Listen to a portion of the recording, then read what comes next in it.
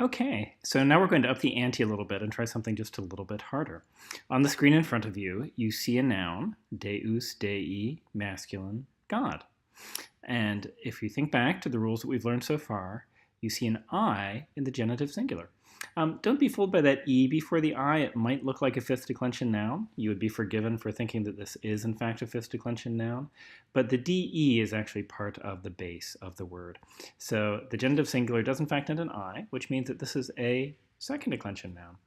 And notice what's getting a little bit tricky here. We're pairing that second declension noun with an adjective, levis, leve, which means light.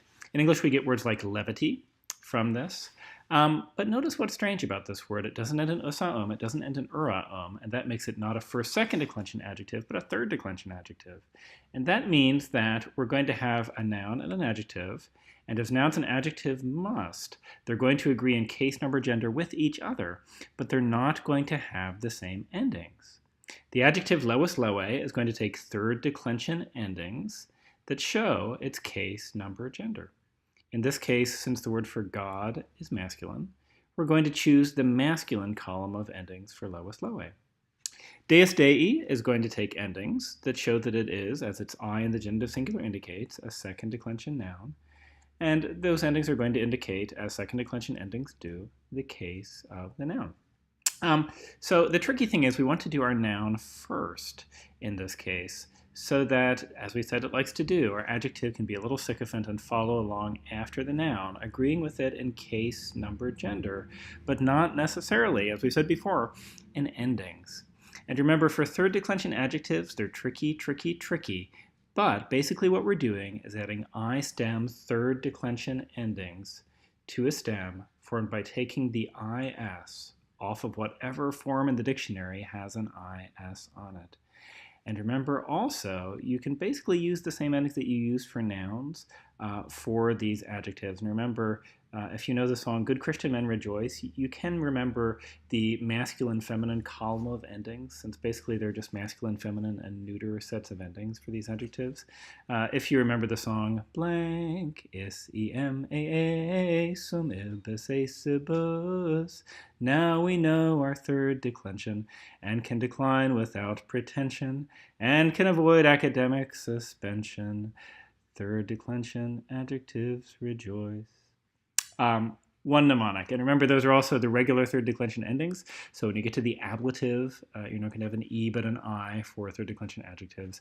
And also you're going to have that characteristic I-U-M in the genitive plural.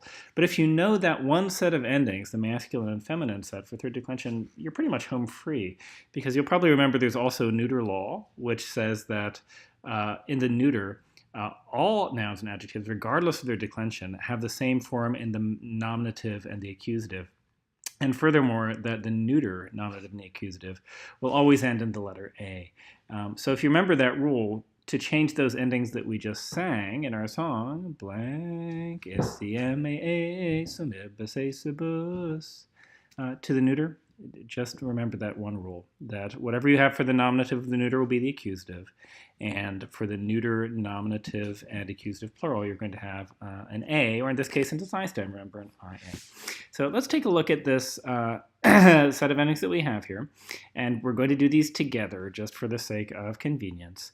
If we want to say a fickle god, we're going to choose the masculine feminine form, levis. Remember, this could be a light man or a light woman. So we're going to choose that rather than the neuter, leve, which would be a light thing. So we have the fickle god loves, hates, sees, nominative. Of the fickle god, dei levis. Two for the fickle god, deo levi.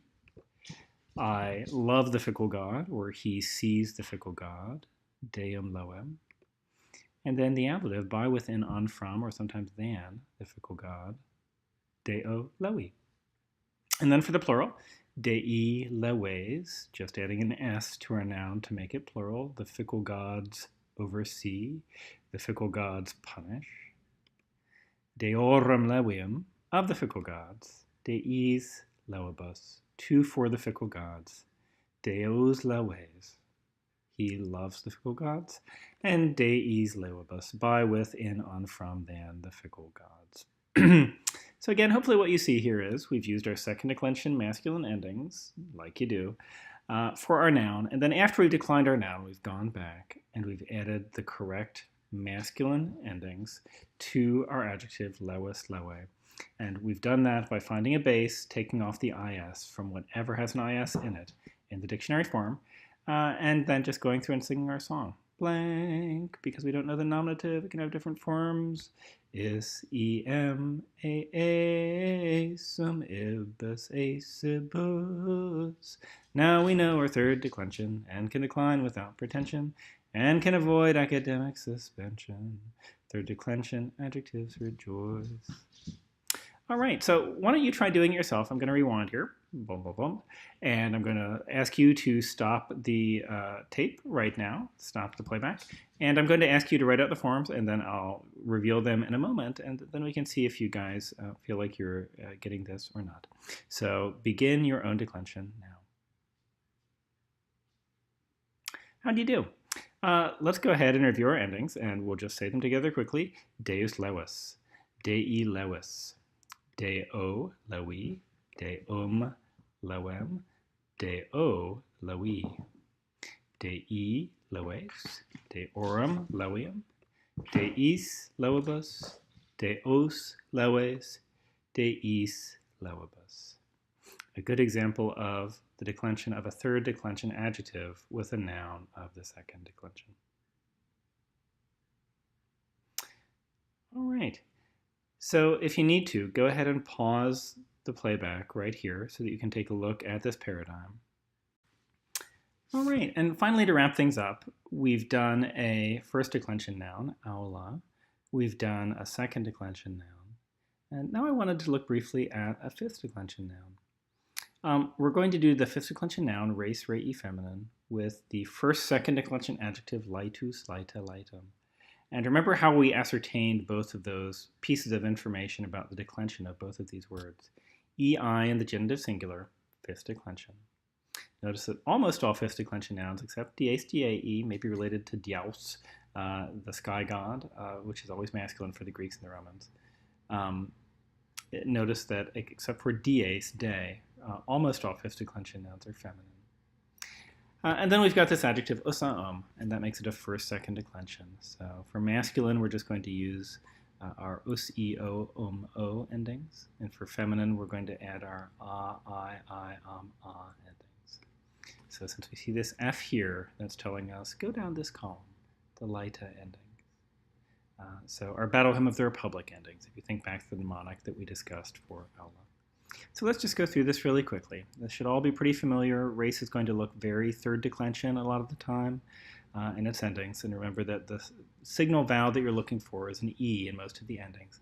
And remember, too, that if you just memorize the word race for thing, matter, or affair, the endings are everything after the R. So you've pretty much memorized the endings if you just memorize a declension of this one word. So we're going to go through and do our noun first, race, rei, rem, re, race, rem, rebus, race, rebus. And then just very methodically go back and attach first declension endings to lita.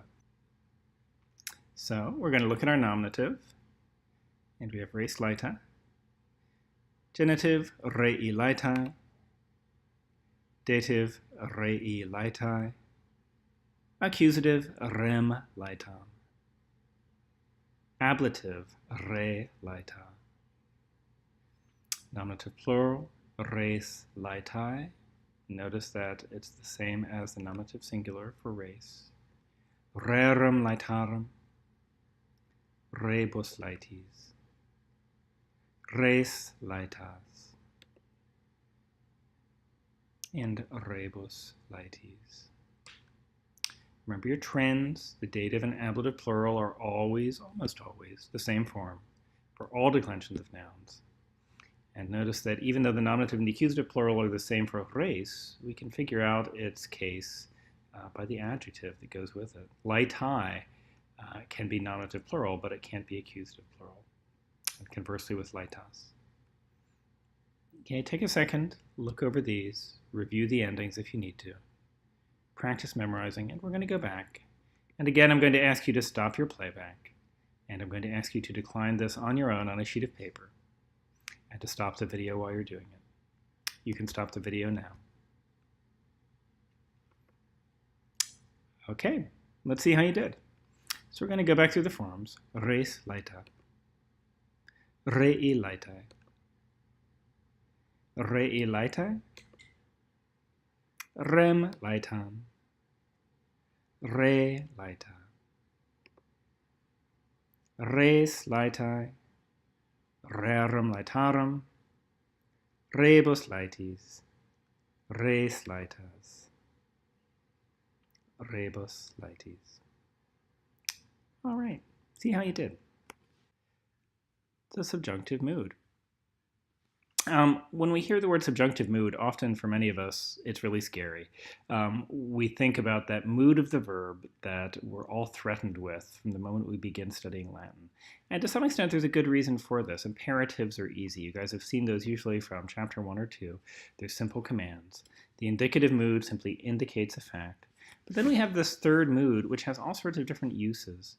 Just like the ablative case, you should think of the subjunctive mood as being sort of like an actor. It needs to have a motivation. There's always going to be a reason or a use for it being present in the sentence.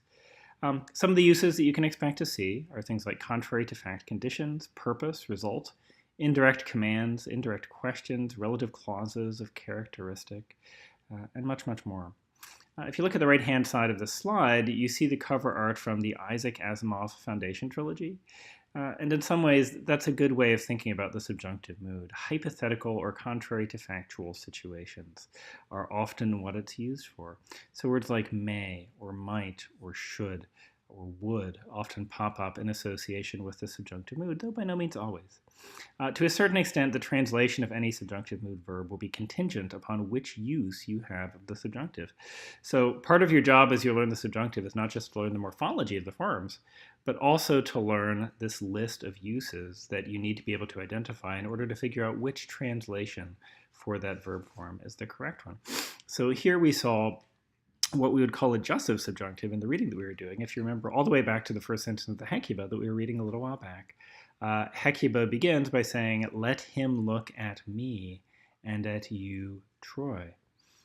Notice it's not just indicating a simple fact, he is looking at me and you, but it's an exhortation or an order, and we refer to that as the hortatory or the adjussive subjunctive. Let him look at me. So let us, to use another hortatory subjunctive, take a look at the forms for the present subjunctive. Notice here we have an image from the movie version of the Jules Verne tale of A Journey to the Moon. And again, that's just to remind us that subjunctives tend to be hypothetical situations often. So if you want to remember the endings for the present subjunctive of regular verbs, what I'd like you guys to remember is the mnemonic, we fear a liar. What this phrase gives you is the vowels that come between the base and the ending for each of the 4.5 conjugations of Roman verbs. Third I, O, and fourth basically share the same set of endings for the subjunctive. So if you know the ending for third I, O, you know the ending for fourth. That's why there are only 4 sets of vowels. But if a verb is, like lauda, laudara, a first conjugation, the vowel that you're going to have before your most must isn't ending, MST must isn't, is going to be an E. If your verb is second conjugation, you're going to have an EA. You may have heard the old hymn, Gaudeamus igitur, let us therefore rejoice. That's a subjunctive, EA, a very characteristic ending. And then what do you have after it? Well, again, your regular personal endings using the M for the first person singular. And you may have learned way back when you were learning your Latin grammar, the words most, must, isn't in English have in order all of the personal endings for the active voice of the present, imperfect, and future of verbs. So MST, must, isn't. Most, must, isn't. So for third conjugation, before your most, must, isn't endings, you have the letter A. And notice this is very, very perilous because your first conjugation verbs in the subjunctive look like a second conjugation verb in the indicative, and your third conjugation verb in the subjunctive look like a first conjugation verb in the indicative. And then you make it to the third I, O, and the fourth, and again we have an IA, and again following that are most, must, isn't endings. So it's really, really straightforward to form the present subjunctive. So if we think back to that phrase that we saw a moment ago, videat me, let him look at me, ask yourself for a moment, which conjugation verb must that have been if it had an EA as the vowels that you see in the present subjunctive. Did you get it? Yeah, the answer is a second conjugation verb, just like moneam, moneos, moneat. So if we were translating the subjunctive of this verb, which means to warn, going down that second column of second conjugation verbs, we might say moneam, I should warn, or let me warn. Moneos, you should warn. Moneat, he or she should warn, or let him or let her warn. Moneamos, let us warn. Moneatus, you all should warn. Moneant, they should warn. Same thing for laudo, laudare, laudem, laudes, laudet, laudemus, laudatus, laudent. Compare that to the indicative. It's a very subtle change. In the indicative, we would have laudo, laudas, laudant, laudamus, laudatus, laudant with an A before our endings. But instead of being I am praising, you are praising, he, she, it is praising, we're going to translate these with a let or a should. So I should praise, you should praise, let her praise. We should praise, you all should praise, let them praise. So this is, among many other things, the Roman equivalent of let's. All right, now let's do some practice with this subjunctive.